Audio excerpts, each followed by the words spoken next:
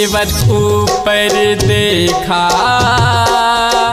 माई के दरबार बा। शारदा के दीप जलती मन में ललसा अपार बा। माता रानी के शेरा वाली के जयकारा बोल के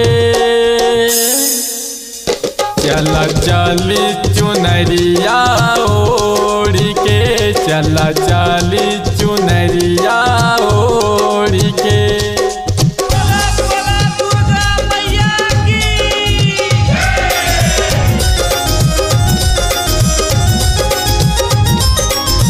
माई के दर्शन में अखिया बा प्यासी, मनवा में हमरे बछौले उदासी। माई के डेरा पहुँचे पहाड़ पे, चढ़ी बुढ़ौती में बड़े ही जुगाड़ से।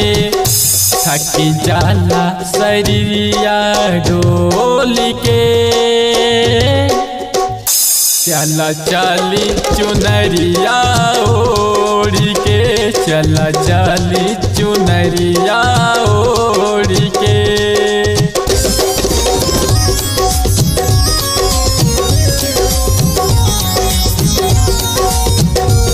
आजाद यदुवंशी करेले पूजनिया, माई हो गावेले तोहरे भजनिया।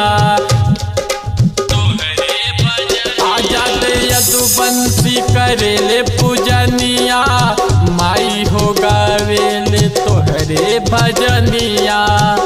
शेरा वाली के जोता वाली के जयकारा बोल के चला चली चुनरिया ओढ़ के, चला चली चुनरिया ओढ़ के।